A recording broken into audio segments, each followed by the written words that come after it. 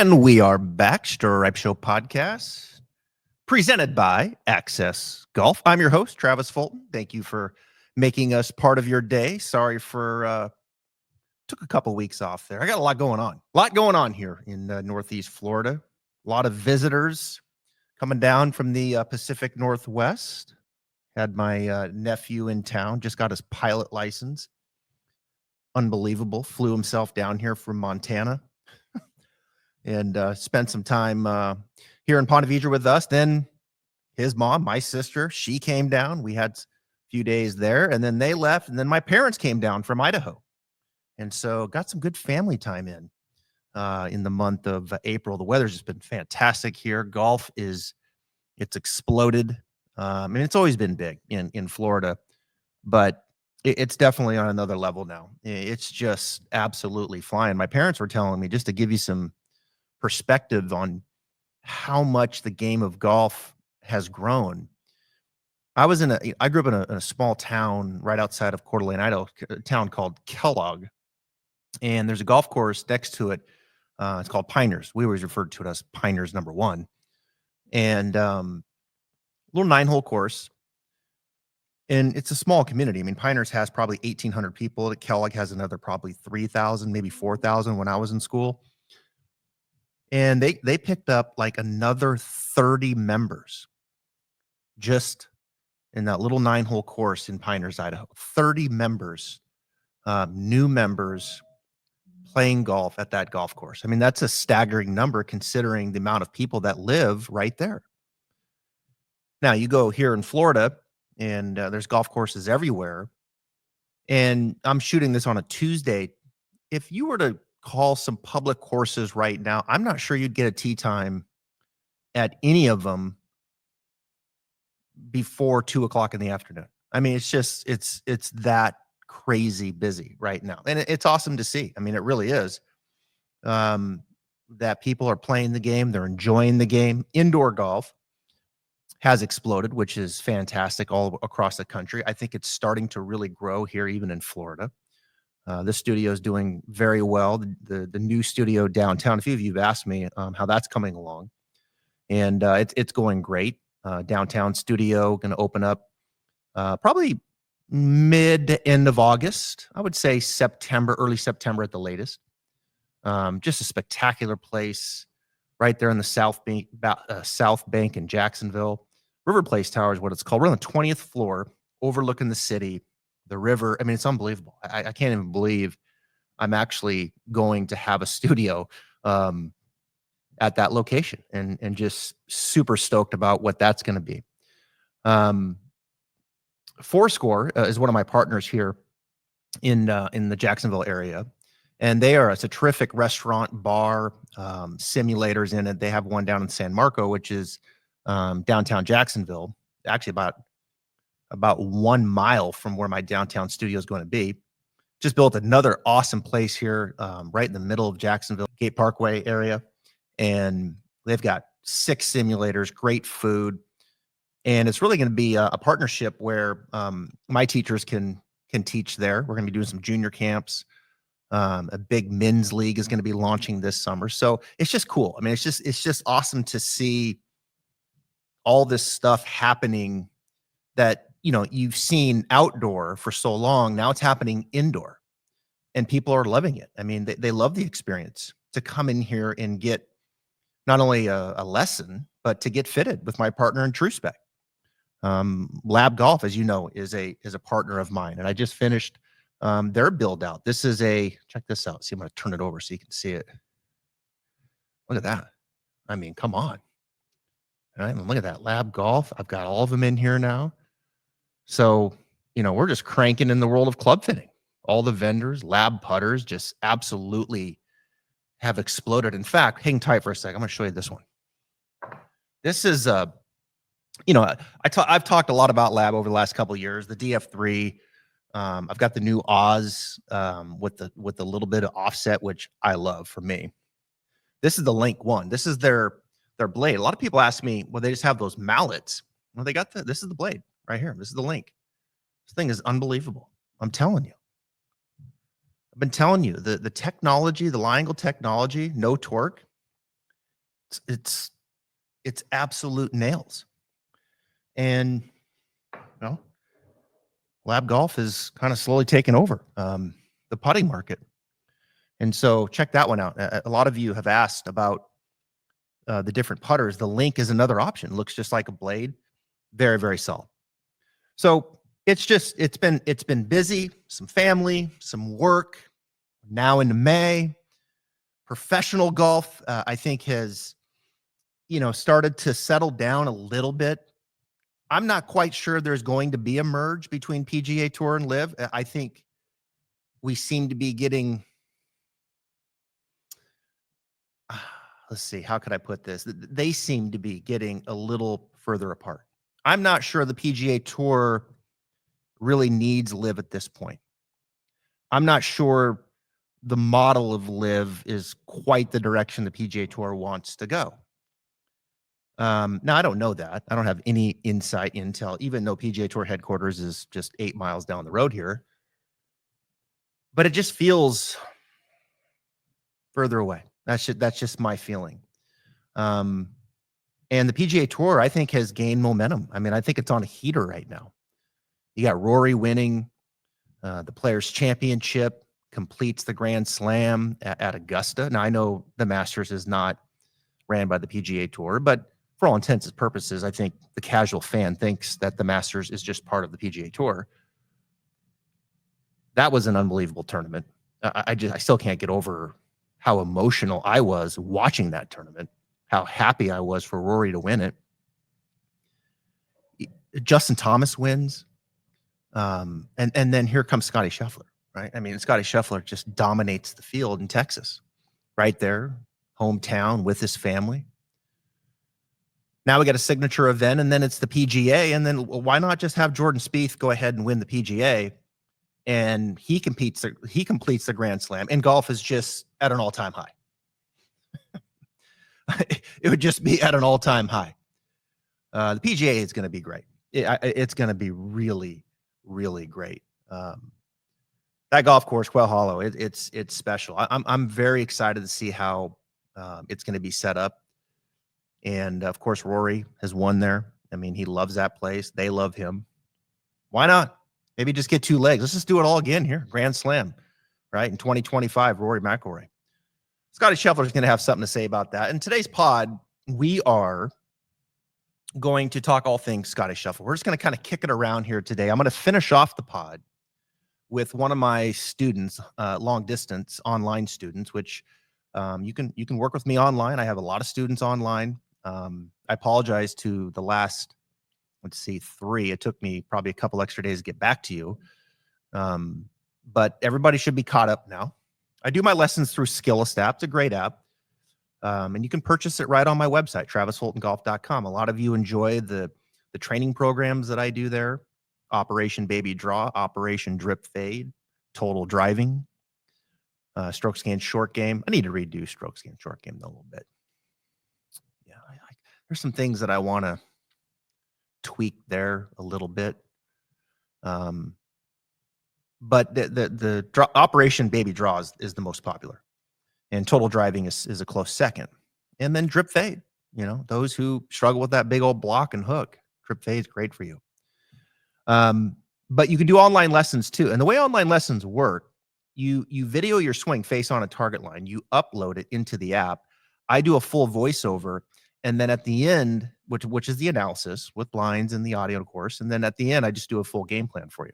And I shoot the game plan and demonstrate it. And so you can do it. So it works great. It really does. Check it out, travisfultongolf.com. You can look at the online lessons, the trading programs. And I'm going to share with you today at the end a lesson that I see a lot, whether in the studio here or that I see in online, in how the hand path works and the club head getting a little inside and the shaft getting a little bit laid off, and then what that means in transition and how the body reacts to it. So it's a lesson that I think a lot of people will appreciate, but it's not everybody. It's not every time I see this, it's just a common pattern that I see a lot. So I'm going to share that with you as I do oftentimes here in the podcast. But let's get into Scottie Scheffler. You know, Scottie, you got to give Scottie a lot of credit, I think, when it comes to his putting. And, you know, I did a podcast a while back when Scottie was struggling with his putting. And Brad Faxon was on, and he shared some of his thoughts. And at the time, you know, Scottie was really not in a good place. And he started to make some changes, which he needed to make. He worked with Phil Kenyon, who's one of the best putting coaches, if not the best putting coach in the world. And they changed some things up from his setup. I think even the length of the putter. I don't have all the details, but there were some changes made. And Scottie, you know, I think really took to the changes after he got some reps under his belt. What you're seeing from Scottie now with his putting very well might be the best he's looked with the flat stick. I mean, we are on a run here of Scottie Scheffler. When you look at strokes gained and you go back, let's see, just go back to the Players where he was level, he was even in strokes gained. Then you go to the Houston Open, and I can remember, you know, he was positive 7.1. And I can remember doing this podcast, and they were asking me about Scottie, and I said, look, if Scottie's going to show up and do positive 7.1 with the putter, the rest of the field's in trouble, because he's going to win, and he's probably going to win by a lot. Now, this last week at the CJ Cup, he was positive 6.6, and he won by a lot. Now, in between that, at the Masters, he was positive 4.2. RBC Heritage, positive 0.3. 3 of the last 4 tournaments, we are seeing just maybe the best stretch of putting in Scottie Scheffler's career. I'm going back, I'm looking at it again, and I don't see it. I mean, there's certainly some good weeks sprinkled in when he won the Waste Management Phoenix Open, when he won the Arnold Palmer back in 2022. But I just get the sense when I watch Scottie right now that he is gaining a lot of confidence with the flat stick, a lot. And if he's going to start putting like this, the boys are in trouble. And I'm not sure if even Rory can beat him. Now, I still think Rory's A plus game is the best. I think. I think Scottie's A game just might be the best. I mean, when you watch Scottie Scheffler play like that, it's hard to think that the game can be played any better. It really is. I mean, he drives it straight. His iron game's absurd. We're going to get into some of his swings here in a minute and some of the unique things that Scottie does. His iron game's absurd. He was positive 12.9 strokes gain approach at the CJ Cup. Positive 12.9. And that's just mind-boggling. And the thing that maybe where Scottie has the edge over Rory is when Scottie gets the lead, he keeps going. You know, and there's just not many players that you can say that when he gets the lead, he keeps going. He just keeps the pedal down. It's like Tiger. Rory gets the lead, you kind of just, you know, kind of push back and say, okay, well, all right, he's got 2 or 3 shot lead, but well, I'm not sure. You know, he kind of, I don't know, loses focus, whatever, and then he makes a couple silly bogeys, and now it's tied, and then he pushes forward. Now, Rory chasing is just maybe the best golf to watch. Rory chasing, freewheeling it. Scottie freewheeling it, amazing. Scottie with the lead, it's Tiger-esque. It really is. So some of the things that, you know, just kind of looking at his swing. For those that are watching, thank you on YouTube, and those that are listening, this is just down the line. And the thing I'm going to point out, as you know, is his right foot, right? His right foot kind of slides back behind him like Greg Norman. And that's something that, you know, that's the first thing that people say. Hey, what stands out with Scottie's swing? What is it? They're like, his right foot. You know, it's like, here's a cool video when he was young. I think this is at the the U.S. Junior here. And you watch this swing. Watch his right foot. Yeah, did it there, right? So you can see this started at a very early age. His coach, Randy Smith, I've had him on the podcast multiple times, and we've talked about it. And he's like, yeah, he just did it at an early age. I just let him keep doing it. And you can see even young Scottie here in his teens, the same foot action, the same spine extension to the finish. The young Scottie, the blueprint was there. The one thing that is a little different when you look at a young Scottie is that club head got a little behind him. I think the toe definitely was hanging down a little bit. When you talk about great hands in golf, I don't know if anybody has better hands than Scottie Scheffler. I think he's replaced the Phil Mickelson when in that area. I think Phil had the best hands. And I don't think it was just around the green. I think a lot of it stemmed from the way that he used his wrist angles in the swing. Scottie here, a little inside. If you look at the top, he's got some toe hang there. I mean, that toe, like that face is slightly open. Not a lot, but it's certainly not, I wouldn't consider it, say, square to slightly closed like we see so many players. His left wrist is certainly not flexed. His left wrist probably has a little bit of extension in it at the top. And so when I look at this younger swing of Scottie, I see, I see the club head a little inside. I see probably a swing that was a little bit flatter, a little more toe hang, a little more from the inside. And then you fast forward back to this video that I took a few years ago. You see the club head working more upright. You don't see quite as much depth in the left arm. You see probably a path that's not as much from the inside. Scottie can certainly draw it. We know that. But just in general, I think his swing over the years, the club head definitely more up. When I think of Scottie Scheffler's swing, I think of this first move. I think of this club head working up. Watch this. Up. I think that's one of the key dimensions most amateurs miss. When I get people in here, if there's one dimension that I'm teaching the most, it's the upward movement of the club head earlier. And Scottie, over the years, definitely works the club head more up. His left arm is definitely more upright than it was. I think the club's much more out in front of him coming down. And that's that. The other thing that when I think of Scottie, that I think is kind of maybe a little unique is his head movement. This is a cool video here. If you're not watching, I'm gonna probably post this one on Instagram. Let me get rid of this video here. Actually, I'm sorry, I already posted this video on Instagram at Travis Fulton Golf. You can go check that out. But I posted this video of Scottie hitting an iron shot from face on. Look at that head movement. I almost think that head movement is even more unique to some degree than his footwork. And so you watch his head there looking at the ball. Now his head turns way to the right. See that? It's like he's turning his head to the right as the club is coming down. Now, what's interesting in so much of today's golf instruction and what's like popular is to open up, right? Is to rotate, get open. And oftentimes what you'll see in a lot of videos is, and I do this from time to time when I'm trying to get people to rotate better, is I'll get their head to do just the opposite of Scottie's.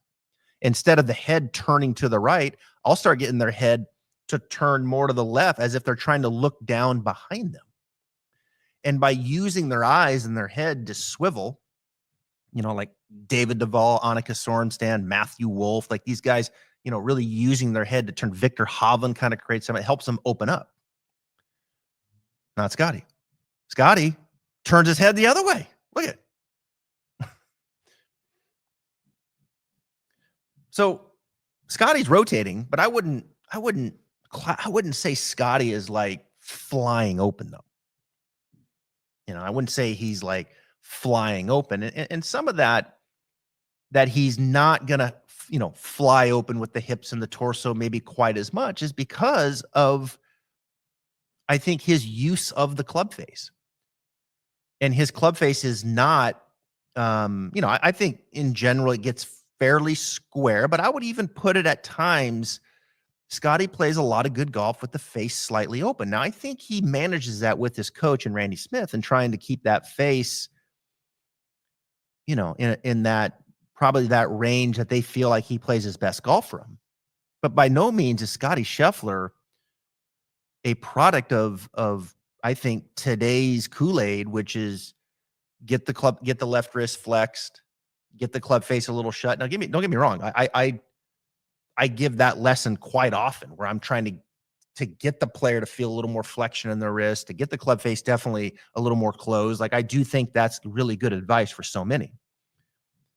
But it's interesting with Scottie that it's not really what his swing is all about. In fact, it's probably a little bit towards the other way, which is the left wrist gets a little bit extended at the top. The club face gets a little bit of toe hang where the face can get a little bit open. And then he brings it down and he squares it up. So it's very interesting in that, the way his head works, a lot of it stems from this face angle. Look at this here coming down. This is a cool video, slow motion video. And that club face is not necessarily looking back at the camera at the top of the swing. I would say that club face is just kind of just gradually closing on the way down.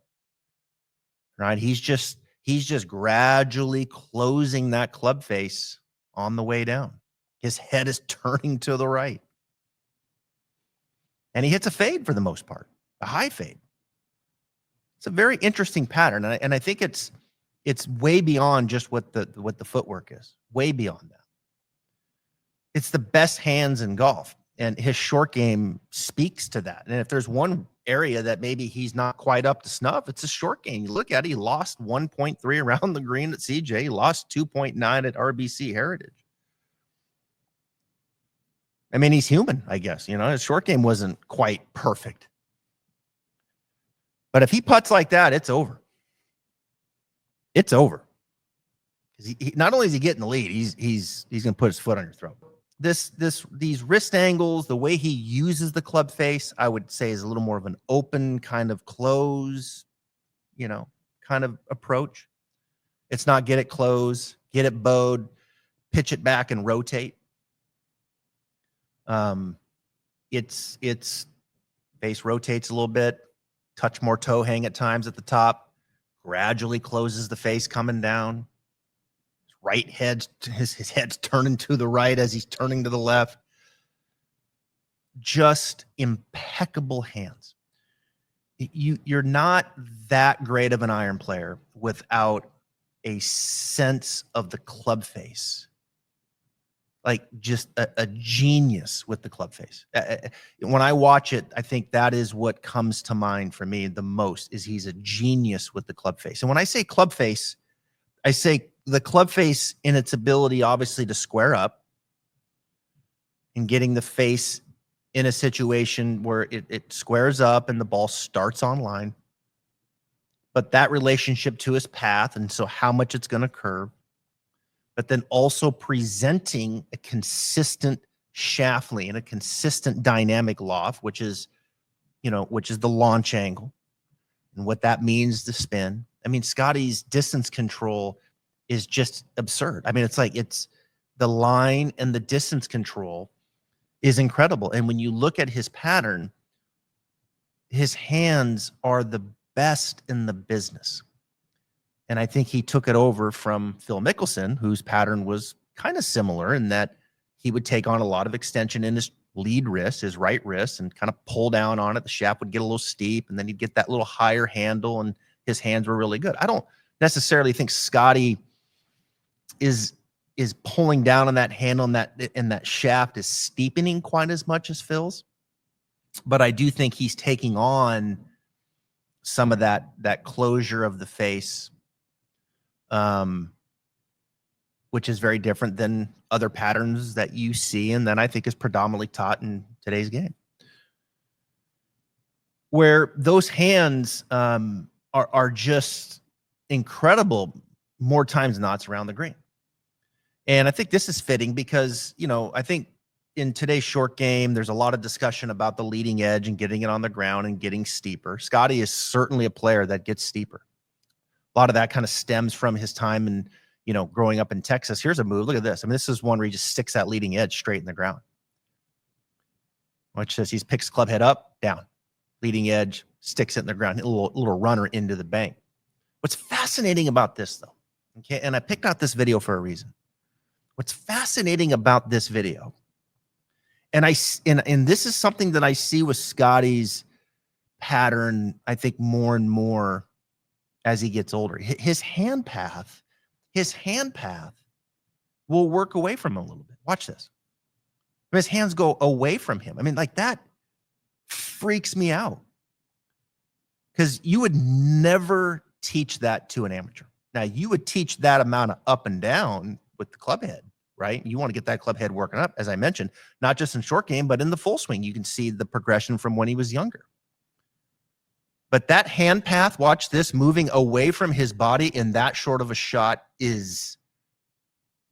freaks me out, because you know what that brings into play is the hosel. Now, Scottie's hit a couple hosels this year, right? He hit one in the bunker, and I think he also hit one around the green. And you're looking at the reason why. If he doesn't get those hands back close to his body at impact, that hosel's exposed. Now, there's a lot of things that you could convince me. There's a lot of things you could convince me that, hey, everybody swings it different. Everybody does it different. So just kind of, and I'm not sure I'm signing up for that one. Hands moving away from the body. That's dangerous. That is the spatial awareness of that in a short shot to get your hands back to where they need to be, and the face on it with shaft lean and, et cetera, et cetera. It's absurd. Like, I mean, it's genius kind of material, things that you probably can't teach. Here's another video. This is one where you can see that club head coming down, but he doesn't take a divot. And that's a lot of like the discussion and motivation right now around short game is, hey, get it up and down, get shaft lean, and you won't always take a divot. That doesn't mean you're going to stick it in the ground. Now, Scottie stuck it in the ground on this particular shot, but on this other one here, that club head's coming down and then it gets out of the ground. And you see that a lot with players is you'll see them, they'll have the shaft forward, they'll have the weight forward, they'll have the head forward, they'll work the club head up, they'll return the shaft forward at impact. The club head's coming down on a steeper angle of attack. It gets on the ball into the ground. That once it gets on the ball and into the ground, it gets out of the ground quickly. It gets out of the ground quickly because the body is working back up. There's a little stand-up move, and the handle's starting to raise up a little bit. And it's I guess you could argue, well, why don't you just let the club head pass the left wrist, get a little more on top of it, hits down and passes. That's one way to do it. You see a lot of players do that through maybe a little bit of left wrist extension. You see some players maybe not so much through the wrist, but the body standing up a little bit. And Scottie is just a genius at it. I mean, I don't know if anybody hits short game shots with more shaft lean than Scottie and Spieth. And you could argue those are two of the best short game players of our time, generation, right? So he's got all the shots. His hands are incredible. I'll tell you a quick story here on this, and then we'll finish up with actually I got a couple other things here. I think I may have told this story before, but I'm gonna tell it again. So I apologize if I did. I did this the show for Golf Channel, and it was playing lessons with the pro. I think they still air it. I got to host it a couple times. One of the times I hosted it was with Mark Calcavecchia down in Southern Florida. And I don't know if you remember, Calc had great hands also. Calc could get the leading edge on the ground, get the club head out of the ground.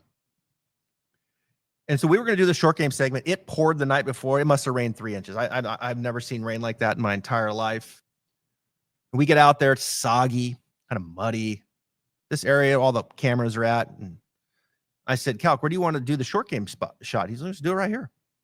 I'm looking around at this area, and it's wet, tight into the grain. I mean, like razor blades. If I had to hit 60-degree shots out of there, I don't know. I don't even know if I would get one on the green.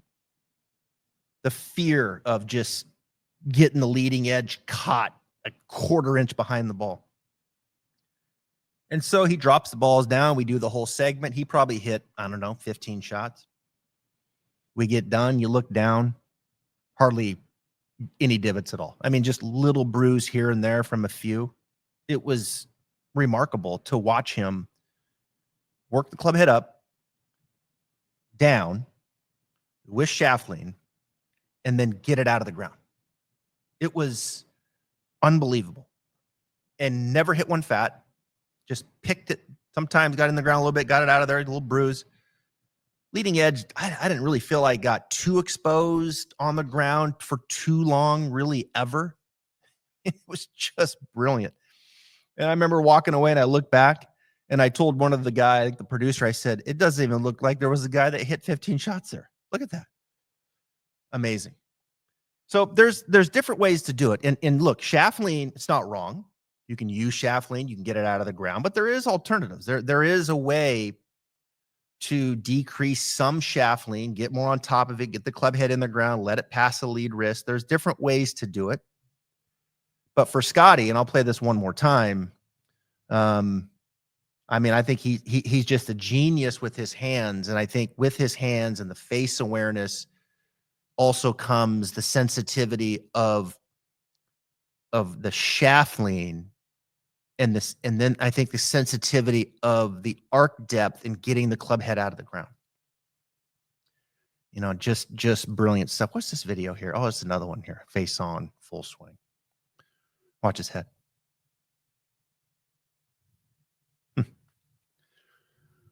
Good stuff. Really is. All right. Now, before we get to our analysis here of this swing, I've got a little video I want you to watch. If you're like most golfers, you blame yourself when you miss a short putt. So after you hold back the urge to throw your putter in the lake, don't do that. You try to fix your putting stroke.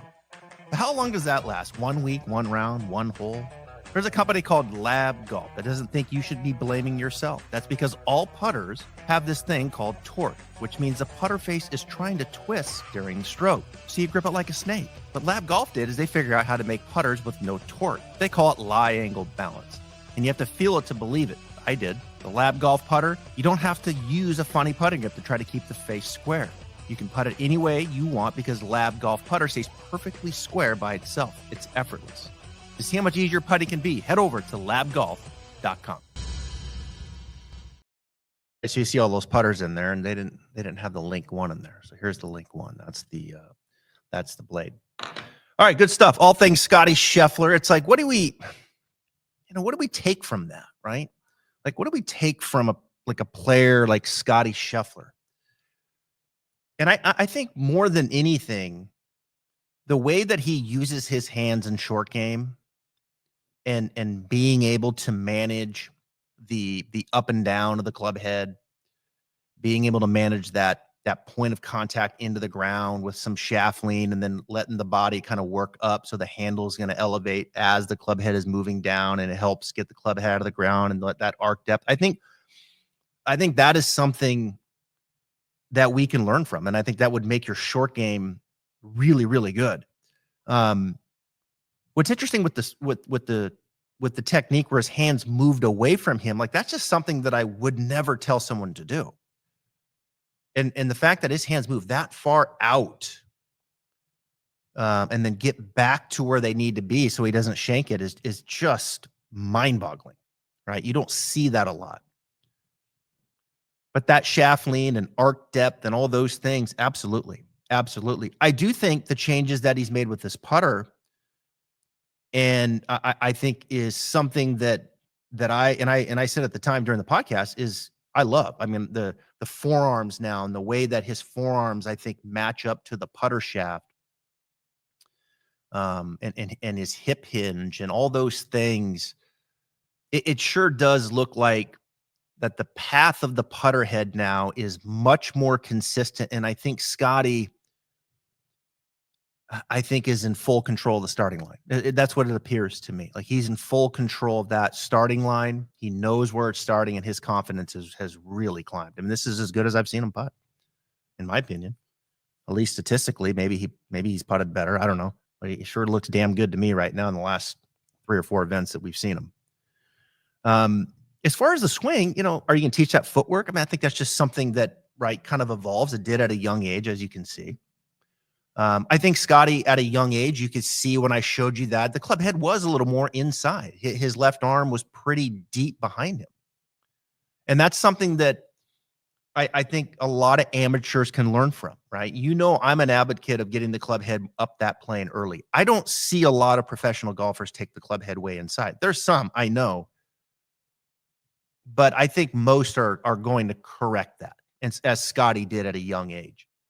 Club head a little more up, left arm in a little more upright position, which bodes well for him out here on the PGA Tour. This club face and the way that the club face kind of rotates back and rotates back down and through, it's just beautiful to watch. It really is. His club face awareness through his wrist angles, and I even think he's got it whittled down now to the grip. I don't know this for sure, but no one spends more time than Scottie Scheffler putting his left hand on the grip. I mean, it is like poetry to watch him so very carefully put his left hand on the grip so specifically, slowly. And once he has it, it's like right there. That's it. Because when I put it there with my wrist angle at the top, that's square. And that's kind of what it is, right? I mean, it's like you want to influence the face. And this is what I will say in finishing here before I share with this lesson plan that I have for an online student. When you influence the face, you're going to influence it, generally one of two ways: through the grip or through the wrist angle. Do you have a strong grip, weak grip? Do you have extension, flexion in the lead wrist? Like, that's how you want to influence the face. And so for Scottie, like, he knows what the wrist angle is. And now it just looks like if he puts his left hand on that, just like that, perfect. Club face is perfect. That's what it appears to me that is happening. So if you're going to if you're going to, maneuver the face, you got to maneuver it one of those two ways, or if not both. Now, I think generally speaking, for amateurs, when you develop them, it is hard to develop them if the face is too open. Okay. It's hard. So I would say more times than not, you're trying to get the face to be a bit more closed. Now, it doesn't mean that it's actually closed. Oftentimes it's just square now, right? You're not operating from an open face. Now it's more square, or maybe slightly closed, whether you did it through a little stronger grip or a little more flexion, whatever. And then from there, you can start to develop, right? And go from there. But everybody's different. But I think the learning curve here on face is grip, wrist angle, that combo. What does that mean to your club face? And then from there, what does that mean coming down and starting to get into good impact alignments, good repeatable impact alignments? The club face rules. It rules the golf swing. The club face is responsible for, the majority of starting direction. It also has responsibility to some curve, right? When you measure it out to the path. It has responsibility in the launch angle through the dynamic loft, or which way you're leaning the shaft. It has some responsibility to the spin, in its relationship to the attack angle. So the club face just influences so many things.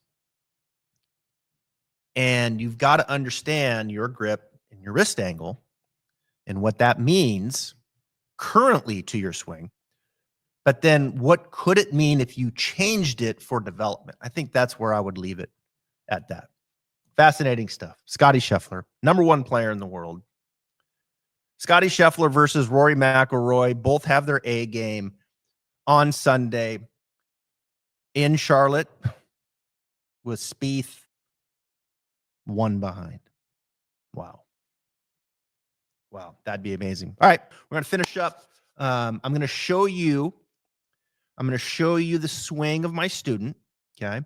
You're going to see that first from both angles. Then you're going to see and hear the analysis and what I told him, and then you're going to see and hear the game plan that I provided him for the online lesson through the Skills app. Check it out.